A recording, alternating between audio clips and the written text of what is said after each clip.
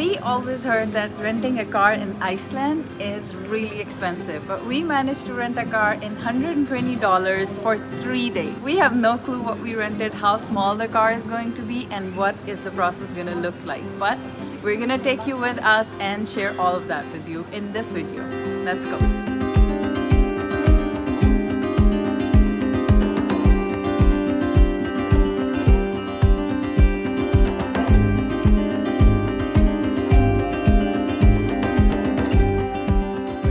Have made it through immigration, following the exit signs. After immigration, I thought we were going to exit the airport, but we are on the Shenzhen side. We are somewhere in the middle, trying to get to exit and car rental. Here's baggage claim and exit to Iceland. There's quite a bit of walking just to get out. Alright, exits and custom. I'm going to put the camera down, we'll pick you up when we get close to car rental. Yep, I see the sign for car rental. This is the arrival area for, I think, for all terminals. There you go, car rental. And it's raining outside.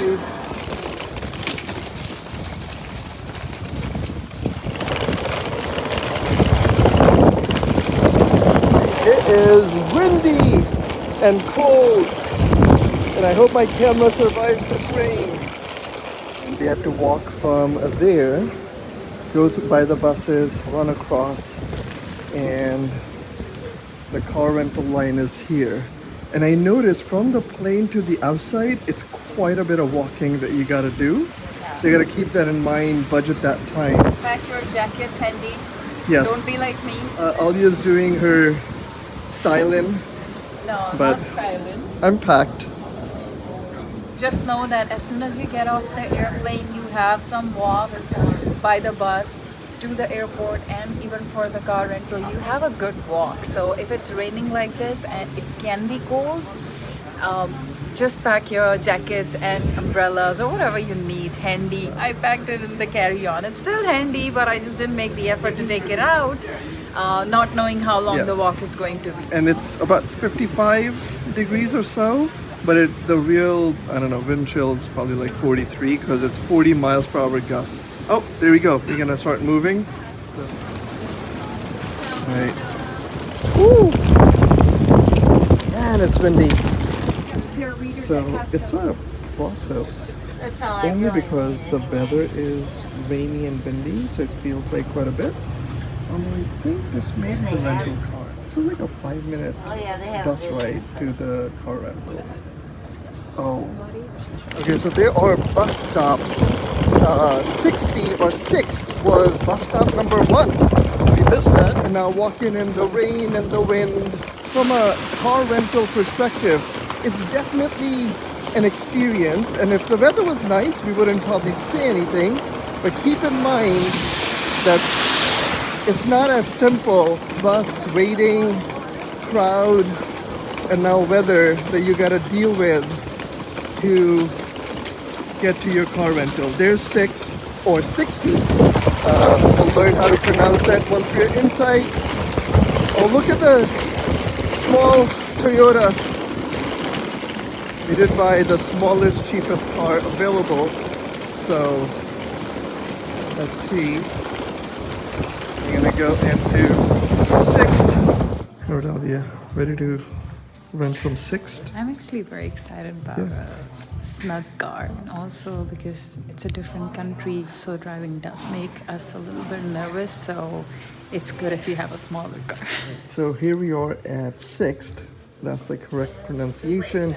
We're gonna walk through the process. We had booked a $120 for 3 days tiniest Toyota Aygo, but they upgraded us to a Mitsubishi, and we drive a Mitsubishi back in the States. The guy who was helping us, he first showed us the car just to make sure we are okay with the car. It was a small car and we were very excited about it, but they offered us an electric car which was a little bigger, and that he said that upgrade would be without any extra charge. We were a little nervous about electric car, especially in a foreign country, so we said no to that. And then they upgraded us to a bigger car. Again, without any charge. They're very helpful and considerate. It's a Mitsubishi. We're gonna go out and see in a little bit what it looks like, and we'll show you. This is our fourth time renting in Europe, you can say. And our luck, we have never gotten like a European brand. We've always gotten things that we have in the States. I was really hoping we get something unique, but Some of the important things that he told us to remember is firstly the insurance. We paid extra money to booking.com for the insurance, so any damage is covered. They said that in case of any damage or theft, we will have to pay them here upfront, and then we can go back and claim from booking.com. And then the parking, he said any national park or anywhere we drive, we have to make sure that we pay the parking tolls, otherwise they will charge us. yeah, and I'm gonna now show you guys the giant map and some traffic laws and signs that they have posted right at the entrance. You can see the northern lights for January through April, and then again in September through December. We're here at the end of August, so no northern lights. It's about 50 degrees, which is kind of true. Europe's most beautiful waterfalls here. Best time to visit is any time of the year. This is where we are, and this is Reykjavik. Off-road driving is forbidden, not 911. So 112 is the emergency number. There's some useful websites listed here. Pretty informative chart. Yeah. All right, so here's the sitting area. Now they do have coffee in the Sixt sitting area. The kids have been lounging here for a little bit. All right, finally heading out. We're gonna check out our car. We got a blue Eclipse Across. So if you guys don't know or follow us, we actually own a Mitsubishi. We have an Outlander plug-in hybrid back in New York, and now we get to play with another Mitsubishi in Iceland.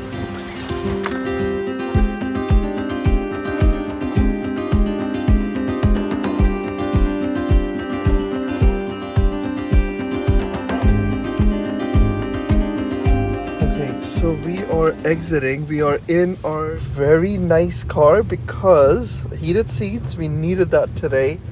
Heated steering wheel and Android Auto. Now, Dacia or Dacia Duster is what I was really hoping for because it's such a unique car. We have never had a European car, but you know, you don't choose. They give you whatever, and they did give us upgrade, so we'll take that upgrade anytime. What we don't know about driving in Iceland just yet are all the parking rules. I think there's some apps that you have to use. If it's just paying cash or credit card, that's very easy for us. The question always is, in any new country, especially a country like Iceland, do you rent a car? When I saw how expensive a taxi is from the airport to downtown Reykjavik, it's about $150 US. So it just makes natural sense to rent a car for 3 days for $120. We also paid $50 for insurance at booking.com versus directly at Sixt. There's a difference because if there's damage, they would actually charge us on the spot, and then we would have to go back to booking.com and claim the money. Now, if we had booked directly from Sixt, the total cost was about $350, but using booking.com, $120 plus $50 for insurance, so $170, or actually $180 to be exact with the conversion or whatever is what we paid for this car. Again, it's a 40 miles per hour wind. Otherwise, it's just rain outside. It's not like, you know, extreme blizzard conditions, but that 40 mile per hour wind really instantly gives you temperature in the 30s feel, which for August it's pretty cold. For some reason there are certain countries that have a feel, and I think Iceland, just the name of it has a feel. Somehow all of our lives it did feel like this is one of those places that maybe you can never go, or maybe it's too far. We're traveling Iceland. Just saying that sounds very, very cool and exotic. It's very exotic, and it shouldn't be, because for New Yorkers, it's only a 4 hours and 45-minute flight, like less than going to San Francisco. Oh, I see a Subway. Oh, Cronin Feels supermarket. Like home. Yeah. Subway, Domino's. Okay. Okay. All right, Alia. So how's the driving so far? Very comfortable so far. Quite a lot of roundabouts, which is unusual for us, but it's been very easy and comfortable because there is not a lot of cars and the driving is very smooth. The weather really looks dark and gray, but in a way I'm quite happy that this is how Iceland is welcoming us. If this is what Iceland is, then this is what we want, because I remember when we were in Panama and it was raining crazy and we were on the boardwalk. We stood 45 minutes there taking a shelter, waiting for the rain to stop, and that was amazing because we actually experienced in that moment true Panama weather. Here's a cool fact about Iceland, having the most northern capital in the world, Reykjavik. There's no other UN recognized country, 195, 196 of them, that has a capital higher than Reykjavik. Alright, Alia, ready for fun fact number 2, right? In Iceland from 1910 to 1977, the only place you could buy milk were the stores that were run by the state. And finally, after all the complaints by the locals and the residents, they shuttered that idea. They wanted to make sure that the milk was processed or cleansed properly. So because of that, you could only buy milk in the state-run milk store until 1977. Fact number 3 is in Iceland, since 1915, there was prohibition. And even though they allowed some Spanish wine because Spain was an important trading partner in 1921, beer was banned in Iceland from 1915 all the way till March 1989. Another roundabout, Alia's favorite thing. Now Alia mastered her skill of driving in Dubai because she used to work there. Now when we travel around the world, Alia is the designated driver because I claim that I am good with navigation that way. You're amazing with navigation, entertainment, research, and something that I don't think I can do is the recording. So it's like making videos, yeah. I take the easier job and I don't want to do all that you do. So I'm happy driving. And I just love cameras. Back then, I had a giant Kodak camera that I would take pictures with. I had a camera too. Cameras. We didn't take as many trips at that time, like before we met. But me and my sister, I remember we took a trip to Turkey, and I was on my camera making a video of a plane taking off. Or the hotel. Yes, the hotel video. So we were making review videos like 15 years ago. We were just never posting them. And now we have started to really enjoy posting them because, believe it or not, we actually go back and watch our videos all the time. Like his Anissa, when we made a bunch of Lego videos. It's amazing that we have a memory book and how fast the kids grow up. It's amazing to have captured all those moments that we have spent together traveling. So we're taking a whole bunch of turns heading towards Reykjavik. It's not a... Oh, look where the GPS brought us, to some off-roading. So we gotta go back on the highway. Alright, so we're back on track. It kept telling us to take an exit. We didn't, because I know 41 is the main road that goes to Reykjavik from the airport.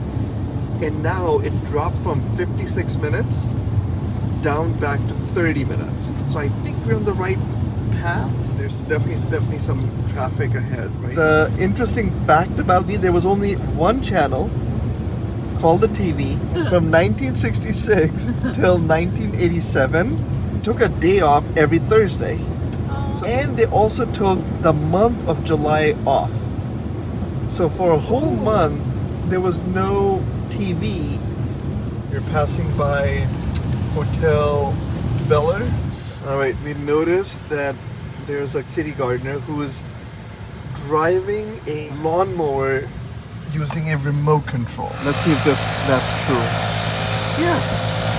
That is so cool. the landscape definitely changed. That whole landscape when you leave the airport. Ali bacon? Those two things don't go together. Yeah. That is funny. That's Ali pepperoni and Ali bacon. It's probably not the Ali that we think it is. Yeah. Bonus and Cronin are the two grocery stores that you can save some money buying groceries from these two places. Aktu Daktu? Looks like a local McDonald's. A lot of the apartment buildings, actually all of them, the balcony is all glassed in, which is such a great idea, for a place like Reykjavik, because it's winter and cold most of the time. So I'm going to share now the last fact. In 1924, they banned dogs in Iceland because of the increased risk of people getting infected with tapeworms because of dogs. But now, since then, they have reversed that. So now, you can own a dog. Banning alcohol, restricted milk purchase, no beer until 1989. Only one TV channel. Iceland is a small country, but it's kind of fascinating to read these historical facts about a country like Iceland. I think we didn't break any rules. But here we are at Cronin. So hope you guys enjoyed this quick car ride. Now we're gonna fast forward to day 3 when we're returning this car and share how our experience was with the car and with the car rental company. Driving around Iceland. This is the last day. We are returning our car to Sixt. We're leaving quite early because we want to explore the airport a little bit, but they recommend come a bit early because it does take a little bit of time for them to inspect the car. Now, a good tip if you come anytime soon, all this construction on Highway 41 or Route 41, the Google Maps kept diverting us to Highway 42, which is quite a detour. And so we kind of overrode Google Maps and we stuck on Highway 41. And as soon as we did that, our 1 hour airport car ride turned to just 22 minutes. We stayed in Iceland for about 3 days and 3 mostly cloudy and rainy and stormy days. We really missed out on seeing a lot of the green and the natural beauty. It's a beautiful country, but the weather is unpredictable. This is very early morning and I can see clouds rolling in. And check out that mountain in the back. Or I should say volcano. It's a fascinating country with volcanoes and waterfalls and geysers. 300,000 people call it home, 300 plus thousand, and 122,000 of them live in Reykjavik.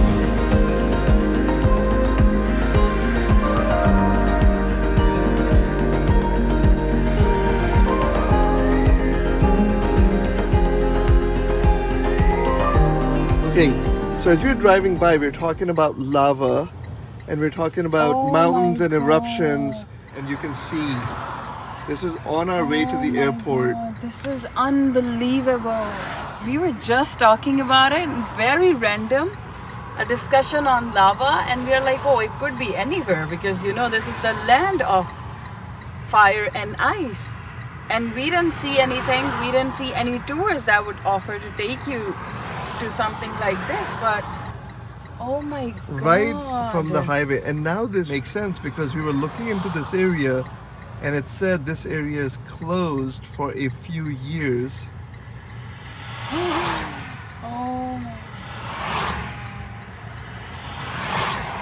this is crazy. We were really talking about it at this very second. I actually just showed Alia a picture of a volcano just further down that erupted last year, and there's like amazing pictures of magma coming down of it. So I wonder if something like this makes it into Icelandic news, or this is such a common occurrence that it's not even a thing. Onwards to returning the car rental.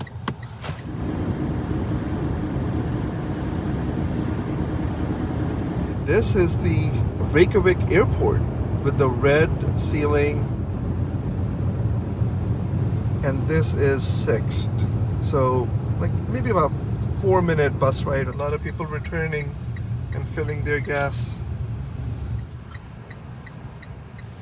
Right behind it, there's National Car Rental Enterprise, and there's an Orkin gas station. We'll see how long the inspection takes. Also, it's about 7:23. 8,403. We're gonna take the key inside and just use an app to do the return. They'll do the inspection afterwards. There's also a key return here, but you can drop the key inside, which I think is much better. Done. From the car rental, you can take the bus, but we're gonna do a walk instead. First, we're gonna walk towards the Hotel Aurora, and then hopefully there's a walkway that will take us 3 minutes to airport entrance.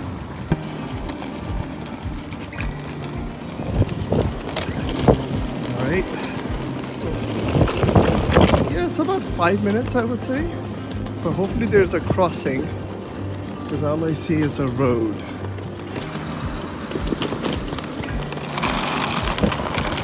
I'm gonna say 4-minute walk from our Sixt car rental all the way to the inside.